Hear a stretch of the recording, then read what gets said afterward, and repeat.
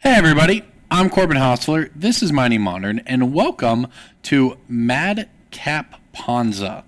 So for people who don't know, we played the Ponza deck some point in the past. It's been many months. But the deck itself kind of floats in and out of Modern. The word Ponza dates back to basically red-green land destruction decks forever in Magic.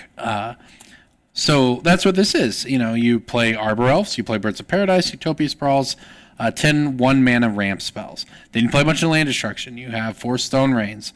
You have 4 Monvuli Acid Mosses, which destroy land and search your deck for a land and put it into play, allowing you to ramp up even faster. You have Blood Moon, of course, just awesome in general and Modern. You have Beast Within, sort of a catch-all, but also destroys lands. Then you have your finishers that you're ramping into while taking them off mana. Thrun, good all around. Thragtusk, good all around, shores up a lot of matchups, a lot of value in it.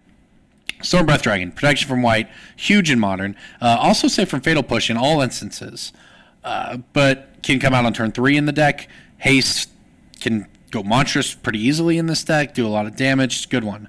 Inferno Titan cleans up the board, does a ton of damage to them, etc. It's a great early play. Bonfire of the Damned, which is funny. You remember this in Standard if you played back then. It's just so demoralizing watching your opponents have Bonfire of the Damned. They'd always miracle it at the worst time for you, and you'd lose games to it. It was extremely swingy and hated when it was in Standard. Hit like $50 at its peak, too. It was crazy. But this is the one deck where it makes sense in Modern, because when you miracle it, it's great. But even if you don't, casting it for 2 on turn 3 is pretty good. Casting it for 3 on turn 4 is pretty good. And those are all things this deck can do. So the new part of the deck comes in, and it really is at its best. You've seen this in a bunch of different shells in Modern, but I honestly think this is where it's at its best, is Madcap Experiment, Platinum Empyrean. Madcap Experiment, reveal cards from top of your library to hit an artifact, put it into play, lose life equal to the number you revealed. But the way it works is that it gets put into play first, and what's put into play is Platinum Empyrean, which has your life total can't change. So you don't lose anything. So really all it is 4 mana, sorcery spell, put in 8/8, your life total can't change, artifact creature into play. And in this deck, you can reasonably cast it, so it's not just dead in your hand either. It's at its absolute best in this deck. We rounded out with Chandra. Very good.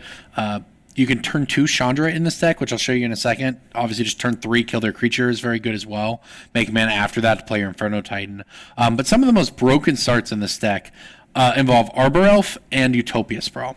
So the way it works is if on turn 1 you play an Arbor Elf off a forest, okay? Turn 2, you play a second land. You put a Utopia Sprawl on that forest. You name red, right? Tap it for 2 mana. Untap it with Arbor Elf. Make 2 more mana. All of a sudden we're casting Madcap Experiment or Chandra on turn 2. Which is pretty good when you have this in play on turn 2. Your opponent basically either has Path or they're probably going to lose, not necessarily going to lose, probably going to lose, though.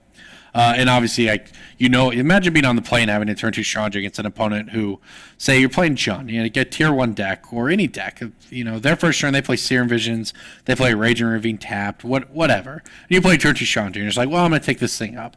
They're on such a clock immediately with this, and you can just kill their creatures, etc.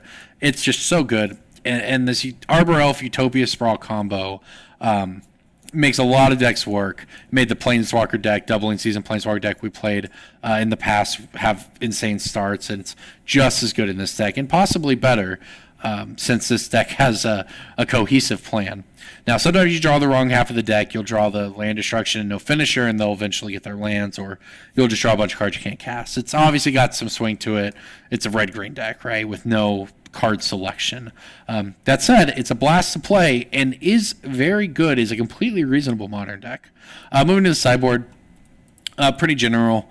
Ancient Grudge, Affinity, Lantern, etc. Anger of the Gods, any deck you want to sweep stuff. Now, I know it's weird to play Anger of the Gods with Arbor Elves and Birds, but there's only 6 of those, right? You're not a full 8-mana dork deck in the first place. Sometimes you just play this on turn 3. And sometimes it's fine against the decks where you want this, against, say, Merfolk, Affinity, Collected Company. You honestly don't mind throwing away an Arbor Elf to be able to use this, so it's fine. And you can plan around when you draw it. It's fine. Choke is good against all the island decks. It makes their islands not untap. Obviously strong Kitchen Finks, good against control, good against burn, good against mid-range. Can come in a lot of times. It's a pretty good card all around.